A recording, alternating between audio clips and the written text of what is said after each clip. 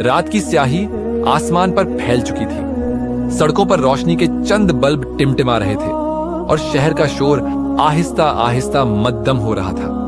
अहमद, एक नौजवान लड़का, अपनी मां के ख्वाबों की ताबीर के लिए दिन रात मेहनत कर रहा था। वह एक छोटे से गांव में अपनी बेवा मां के साथ रहता था। उसके वालिद का साया बचपन में ही सर से उठ गया था और उसकी मां ने दूसरों के घरों में काम करके उसे पढ़ाया था। अहमद को बचपन से मेहनत की आदत थी। जब वह बड़ा हुआ तो गांव के एक बड़े आदमी से एक रिक्शा किराए पर ले लिया और उसे शहर में चलाने लगा। दिन भर सड़कों पर धूप सहता, मुसाफिरों को मंजिलों तक पहुंचाता और महीने के आखिर में रिक्शे का किराया मालिक को अदा कर देता। जिंदगी मुश्किल जरूर थी, मगर वह अपनी मां को आराम देना चाहता था। अब उसकी मां की हड्डियां कमजोर हो चुकी थीं और उनमें ज्यादा मेहनत करने की ताकत नहीं रही थी। उस दिन भी अहमद शाम के वक्त शहर से अपने गांव की तरफ निकल रहा था। उसका दिल चाहता था कि जल्दी घर पहुंचे ताकि मां की तबीयत का हाल मालूम कर सके। उसने एक शॉर्टकट रास्ता लेने का फैसला किया, मगर जैसे ही वह मेन सड़क पर पहुंचा, अचानक रिक्शे की आवाज बदल गई। फिर एक झटके के साथ रिक्शा रुक गया। या अल्लाह, ये क्या मुसीबत है? अहमद बड़बड़ाया और नीचे उतरकर रिक्शे का मुआयना करने लगा। उसने बोनट खोला, चेक किया, मगर मसला समझ न आया। कुछ देर कोशिश के बाद भी जब रिक्शा ठीक ना हुआ तो उसने रिक्शे को धक्का देकर करीबी एक मैकेनिक की दुकान पर ले गया। भाई, जरा देखें क्या मसला है? अहमद ने दुकानदार से कहा। अभी तो दुकान बंद करने का वक्त हो गया है, सुबह देखूंगा, मैकेनिक ने सर खजाते हुए जवाब दिया। अहमद ने गहरी सांस ली, फिर सर हिलाकर बोला, ठीक है, मैं कल आकर ले जाऊंगा। रिक्शा छोड़ने के बाद अहमद ने पैदल अपने गांव की तरफ चलना शुरू कर दिया। आमतौर पर वह शहर के रास्ते से आता था, मगर आज पहली बार उसने एक गांव की पुरानी गलियों का रास्ता लिया। रास्ता अंधेरे में डूबा हुआ था। हल्की हल्की ठंडी हवा चल रही थी और हर तरफ खामोशी थी।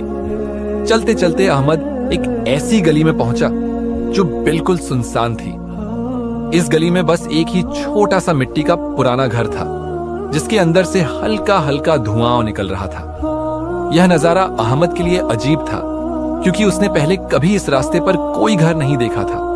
वह आगे बढ़ा तो अचानक उसके नाक से एक अजीब लेकिन इंतहाई खूबसूरत खुशबू टकराई। ऐसी खुशबू उसने अपनी जिंदगी में कभी महसूस नहीं की थी। यह खुशबू जैसे उसके दिलो दिमाग पर छा गई। उसकी भूख जाग उठी और वह जैसे किसी जादू के जहरे असर इस घर की तरफ खींचने लगा। दिल में एक अजीब सी बेचैनी और तजस्सुस था। रात का सुकूत हर तरफ फैला हुआ था। अहमद इस सुनसान गली में खड़ा इस छोटे से मिट्टी के घर को हैरत से देख रहा था। अंदर से निकलने वाली धुआं भरी रोशनी और वह अजीब मगर इंतहाई दिलकश खुशबू उसके हवासों पर छा रही थी। उसका दिल जोर जोर से धड़क रहा था। वह कशमकश में था। क्या वह दरवाजा खटखटाए या वापस लौट जाए? ये जगह अजीब है, अहमद ने खुद से कहा, मगर उसके कदम अपनी जगह जमे रहे। खुशबू इतनी जादुई थी कि वह जैसे किसी नजर न आने वाली जंजीर में जकड़ता जा रहा था। उसके पेट में भूख शिद्दत से मचल रही थी, जैसे उसने दिन भर कुछ न खाया हो, हालांकि वह शहर से खाकर निकला था। बिल आखिर वह झिझकते हुए दरवाजे के करीब गया और धीरे से दस्तक दी। चंद लम्हात खामोशी रही, फिर दरवाजा चरचराकर खुला। अहमद की सांसें रुक गईं। दरवाजे में एक लड़की खड़ी थी जिसने अपने चेहरे को चादर से ढांप रखा था, मगर उसकी आंखें, वह गहरी सब्ज रंग की आंखें, जैसे किसी जादुई जंगल की खामोश कहानियां सुनाती हों। अहमद ने अपनी जिंदगी में ऐसी आंखें कभी नहीं देखी थी। उनमें एक अजीब सी कशिश थी जो उसे अपने शहर में जकड़ रही थी। चंद लम्हों के लिए वह बिल्कुल साकित खड़ा रहा, जैसे वक्त रुक गया हो। जी, आप कौन? नरम मध्यम मगर पुरस्रार आवाज सुनकर अहमद को होश आया। वो मैं एक मुसाफिर हूं, अहमद ने जल्दी से कहा, अपनी हकलाहट पर खुद हैरान होते हुए। मैं यहां से गुजर रहा था, लेकिन इस खुशबू ने मुझे रोक लिया। क्या मुझे कुछ खाने को मिल सकता है? लड़की ने जरा सा सर झुकाकर कहा, हाँ, क्यों नहीं, मैं यहां खाने बनाकर बेचती हूं, लोग आकर खरीदते हैं। मेरे हाथ का जायका सबको पसंद आता है। अहमद ने चौंक कर इधर उधर नजर दौड़ाई। गली सुनसान थी और वहां कोई और न था। यहां कोई और नजर नहीं आ रहा। वह आहिस्ता से बोला, जैसे खुद से बात कर रहा हो। यहां सिर्फ वही लोग आते हैं जो रास्ता भूल जाते हैं। लड़की ने धीरे से कहा। अहमद ने चौंक कर उसे देखा, मगर वह पलटी और बोली, आइए, अंदर आइए, मैं आपके लिए खाने का बंदोबस्त करती हूं। अहमद हिचकिचाया, मगर भूख ने उसके कदमों को आगे बढ़ा दिया। वह अंदर चला गया। घर के अंदरूनी हिस्से में सादगी थी, मगर एक अजीब सा सुकून वहां बिखरा हुआ था। मिट्टी की दीवारों पर चिराग जल रहे थे और हवा में खुशबू की सरगोशियां घुल रही थीं। लड़की ने अहमद को एक छोटे से कमरे में बिठाया, जहां एक पुरानी मगर साफ सुथरी दरी बिछी थी। बैठिए, मैं अभी खाना लेकर आती हूं, लड़की ने कहा और अंदर चली गई। अहमद की नजरें उसके पीछे गईं, मगर वह चेहरा नहीं देख पाया। दिल में एक बेचैनी सी थी। अगर आंखें इतनी हसीन हैं, तो चेहरा कैसा होगा? कुछ देर बाद लड़की एक बड़ी प्लेट में बिरयानी लेकर आई। अहमद को देखते ही एहसास हुआ कि यह आम बिरयानी नहीं थी। चावलों का रंग सुनहरा था, खुशबू में एक अजीब सी मिठास और गर्माहट थी, जैसे इसमें किसी और जहान की खुशबू बसी हो। वह बेख्तियार हाथ बढ़ाने ही वाला था कि रुक गया। क्या हुआ? लड़की ने नरम आवाज में पूछा। मैंने आज तक ऐसी खुशबू नहीं सूंघी। अहमद बोला, यह आम बिरयानी नहीं लग रही। लड़की हल्का सा मुस्कुराई। खाकर देखिए, आपको पसंद आएगी। अहमद ने पहला निवाला लिया और जैसे ही उसका स्वाद जुबान पर आया, वह बेख्तियार खाने पर टूट पड़ा।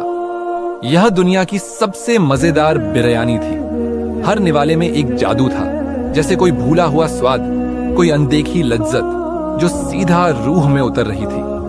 वह एक प्लेट खत्म कर चुका था, मगर भूख नहीं मिटी। और मिल सकता है? अहमद ने झिझकते हुए पूछा। लड़की ने मुस्कुराकर दूसरी प्लेट भी उसके आगे रख दी। अहमद फिर खाने में मशगूल हो गया। 2 प्लेटें बिरयानी खत्म कर चुका था, मगर हैरान करने वाली बात यह थी कि उसका पेट नहीं भरा था। यह बात उसे अजीब लग रही थी, मगर वह इतना आनंद ले रहा था कि ज्यादा सोच नहीं पाया। आखिरकार उसने हाथ रोकने पर मजबूर हो गया। उसने नजरें उठाकर लड़की की तरफ देखा, जो खामोशी से उसे देख रही थी। यह वाकई दुनिया का सबसे बेहतरीन खाना था, अहमद ने मध्यम आवाज में कहा। मेरे हाथ में खास स्वाद है, लड़की ने हल्के से कहा। अहमद ने गहरी सांस ली। उसका दिल चाहा कि इस लड़की का चेहरा देखे, मगर वह हिम्मत नहीं कर पाया। आपका शुक्रिया, उसने आहिस्ता से कहा, मगर एक बात पूछ सकता हूं?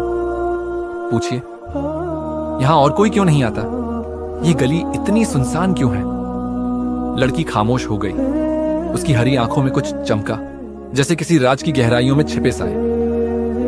यह जगह सबके लिए नहीं है, वह धीरे से बोली। लड़की रहस्यमयी अंदाज में मुस्कुराई। अहमद ने उसे हैरानी से देखा। उसकी वो हरी आंखें, जिनमें रात की चमक और कोई गहरा राज छिपा था, किसी जादू की तरह उस पर असर डाल रही थी। वह अब तक इस हैरानी से नहीं निकला था कि इतना लजीज खाना आखिर कैसे मुमकिन था। अच्छा, मुझे देर हो रही है, अहमद ने जल्दी से कहा। लड़की खामोशी से उसे देखती रही, जैसे वह उसकी उलझनों से वाकिफ हो। आपके कितने पैसे हुए? अहमद ने जेब से पैसे निकालते हुए कहा। वह सोच रहा था कि शायद यह खाना बहुत महंगा होगा, मगर लड़की ने एक लम्हे के लिए उसे देखा, फिर हल्की मुस्कान के साथ बोली, हम अपने आने वाले मेहमानों से पैसे नहीं लेते। जब कोई पहली बार मेरे पास आता है तो मैं उससे कीमत नहीं लेती। यह खाना आपके लिए मुफ्त था। अहमद हैरान रह गया। वह सोच भी नहीं सकता था कि ऐसा लाजवाब खाना मुफ्त में खाने को मिलेगा। वह कुछ कहना चाहता था, मगर उसकी नजरें एक बार फिर उस लड़की की हरी आंखों में जा फंसी। उन आंखों में कुछ ऐसा था जो उसे खींच रहा था, एक रहस्यमयी सा जादू, एक अज्ञात आकर्षण। अच्छा, शुक्रिया, अहमद ने नजरें झुकाकर कहा और जल्दी से दरवाजे की तरफ बढ़ा। जैसे ही वह दरवाजे से निकला, एक ठंडी हवा का झोंका आया और उसे यूं महसूस हुआ जैसे वह एक सपने से जाग रहा हो। वह तेजी से कदम बढ़ाने लगा। रात काफी बीत चुकी थी, गलियां वीरान हो चुकी थीं और चांदनी हल्की हल्की सड़कों पर बिखरी हुई थी। अहमद के कदम तेज थे, मगर उसका दिमाग वहीं अटका हुआ था। यह लड़की कौन थी? यह जगह इतनी सुनसान क्यों थी? और उस खाने में ऐसा क्या था कि मेरी भूख खत्म ही नहीं हुई? ये सवाल उसके दिमाग में घूम रहे थे। हर बार जब वह लड़की के शब्द याद करता, उसकी रहस्यमयी मुस्कान उसकी आंखों के सामने आ जाती। क्या मुझे वहां दोबारा जाना चाहिए? फिर एक और ख्याल आया, अम्मी के लिए भी बिरयानी ले लेनी चाहिए थी, मगर अब रात बहुत हो गई थी और वह लेट भी हो रहा था। इस वक्त वापस जाना मुमकिन नहीं था। जैसे ही अहमद अपने घर के करीब पहुंचा, उसने देखा कि उसकी मां दरवाजे पर चिंता से टहल रही थी। बेटा, कहां रह गया था तू? मां की आवाज में बेचैनी थी। अम्मी, रिक्शा खराब हो गया था, अहमद ने जल्दी से जवाब दिया। मैंने दुकान पर छोड़ दिया, मैकेनिक कल देखेगा। फिर पैदल आना पड़ा, इसीलिए देर हो गई। मां ने राहत की सांस ली और दुआ के लिए हाथ उठाए। अल्लाह तेरा शुक्र, मैं तो घबरा गई थी। अम्मी, परेशान मत हुआ करो, मैं अब बड़ा हो गया हूं ना, अहमद ने हल्की सी मुस्कान के साथ कहा। मगर वह एक बात छुपा गया, वह रहस्यमयी लड़की, वह हैरान कर देने वाली बिरयानी और वह हरी आंखों वाला जादू। अहमद कमरे में आया, कपड़े बदले और चारपाई पर लेट गया, मगर नींद उससे कोसों दूर थी। वह बस उस लड़की के बारे में सोचता रहा। उसका चेहरा कैसा होगा? क्या वह वाकई आम लड़की है या उसके पीछे कोई राज है? हर बार जब वह अपनी आंखें बंद करता, वे हरी आंखें उसके जहन में चमक उठती। क्या मुझे वहां दोबारा जाना चाहिए? अहमद अपने बिस्तर पर लेटा तो उसे एक अजीब सा एहसास हुआ। मुझे उस लड़की का नाम तो पूछ लेना चाहिए था। यह ख्याल आते ही उसके होंठों पर एक हल्की सी मुस्कान आई, मगर अगले ही पल नींद की लहरें उसे अपनी आगोश में ले गईं। वह गहरी नींद में डूब गया। सुबह होते ही अहमद की मां ने नाश्ता तैयार किया। बेटा, जल्दी कर, नाश्ता ठंडा हो जाएगा। मां की आवाज ने उसे जगाया। वह जल्दी से उठा, नाश्ता किया और रिक्शे की मरम्मत करवाने के लिए निकल पड़ा। मैकेनिक की दुकान पर पहुंचा तो रिक्शा ठीक हो चुका था। बस प्लग में मसला था, ठीक कर दिया है, मैकेनिक ने कहा। अहमद ने पैसे दिए और रिक्शा लेकर दोबारा शहर की सड़कों पर निकल आया। रिक्शा तो सड़क पर दौड़ रहा था, मगर अहमद का दिमाग अब भी उसी रहस्यमयी लड़की के इर्द गिर्द घूम रहा था। क्या मुझे वहां दोबारा जाना चाहिए? वह 2-3 दिन इसी उधेड़बुन में रहा। उसका दिल चाहता था कि वह दोबारा उस गली में जाए, मगर साथ ही वह खुद को रोक भी रहा था। आखिरकार 3 दिन बाद वह हिम्मत करके दोबारा उन्हीं गलियों की तरफ निकल पड़ा। शाम का वक्त था, गलियां वैसी ही सुनसान पड़ी थीं और वही छोटा सा मिट्टी का घर। धुआं अब भी छत से उठ रहा था और वही जादुई खुशबू फजा में बिखरी हुई थी। अहमद ने दरवाजे पर दस्तक दी। दरवाजा खुला और जैसे ही वह लड़की नजर आई, अहमद को ऐसा महसूस हुआ जैसे वह चमक उठी हो, जैसे वह उसी का इंतजार कर रही हो। आप दोबारा आ गए? लड़की के लहजे में एक अजीब सी मुस्कान थी। वो, हाँ, बस यूं ही मैं अहमद शब्द ढूंढ नहीं पा रहा था। लड़की ने अंदर आने का इशारा किया और वह बेइख्तियार कदम बढ़ाकर अंदर चला गया। आज आपके लिए खाना फ्री है, लड़की ने कहा। मगर क्यों? अहमद ने हैरानी से पूछा। हमारे यहां आज बड़ी दावत थी, इसीलिए मैंने आपके लिए भी खाना रखा था। यह सुनते ही अहमद हैरत में डूब गया। यह लड़की कौन है? यह जगह इतनी सुनसान क्यों है? यहां और कोई क्यों नहीं आता? मगर आज भी वह ज्यादा सवाल न कर सका। वह खाने में मशगूल हो गया और जैसे ही खाने के स्वाद ने उस पर अपना असर डाला, वह सब कुछ भूल गया। खाने के बाद वह लड़की को शुक्रिया कहकर तेज कदमों से अपने घर की तरफ चल पड़ा, मगर उसे अंदाजा नहीं था कि यह सब कुछ आम नहीं था। उस लड़की के पीछे एक बहुत बड़ा राज छुपा था। घर पहुंचते ही अहमद ने जेब में हाथ डाला तो उसके होश उड़ गए। रिक्शे की चाबियां कहां गईं? वह फौरन जेबें टटोलने लगा, मगर कुछ नहीं था। फिर अचानक उसे याद आया, मैंने चाबियां खाने के दौरान टेबल पर रखी थी, शायद वहीं भूल आया हूं। अरे, सुबह काम पर जाना है, अब क्या करूं? वह परेशान हो गया। मां के करीब जाकर बोला, अम्मा, मैं जरा दोस्तों के पास जा रहा हूं, जरूरी काम है। अभी रात हो रही है बेटा, माँ ने फिक्रमंद होकर कहा, बस थोड़ी देर में आ जाऊंगा। अहमद ने जल्दी से कहा और घर से निकल गया। मगर वह अपने दोस्तों के पास नहीं जा रहा था, वह वापस उसी गली की तरफ जा रहा था। रात के अंधेरे में अहमद तेज तेज कदमों से उसी रहस्यमयी घर की तरफ बढ़ रहा था। गांव की वीरान गलियां खामोश थीं, बस उसके कदमों की आहट थी और दिल में हलचल मचाते सवालात। वह लड़की कौन थी? वह अकेली क्यों रहती है? और उसने मुझसे कभी अपना नाम क्यों नहीं बताया? अचानक आसमान पर गहरे काले बादल छा गए और मूसलाधार बारिश शुरू हो गई। बारिश की ठंडी बूंदें अहमद के चेहरे पर गिर रही थीं, मगर इस वक्त उसका ध्यान सिर्फ एक ही चीज पर था, वह लड़की। बारिश में भीगते हुए उसने दरवाजे पर दस्तक दी। कुछ लम्हों बाद दरवाजा खुला और वही रहस्यमयी लड़की दरवाजे पर खड़ी थी, मगर इस बार उसने अपने चेहरे से नकाब हटा दिया था। अहमद को लगा जैसे उसकी दुनिया थम गई हो। यह हुस्न, यह आंखें, यह चेहरा, ऐसा लग रहा था जैसे किसी ख्वाब की तस्वीर हकीकत में ढल गई हो। चंद लम्हों के लिए वह कुछ बोल ही नहीं पाया। फिर लड़की की नरम आवाज ने उसे वापस हकीकत में खींचा। खैरियत तो है? उसकी आंखों में वही रहस्यमयी मुस्कान थी, जैसे वह सब कुछ पहले से जानती हो। हाँ, वो मेरी चाबियां यहां रह गई थीं, अहमद ने हकलाते हुए कहा। लड़की मुस्कुराई। हाँ, मुझे मिली है।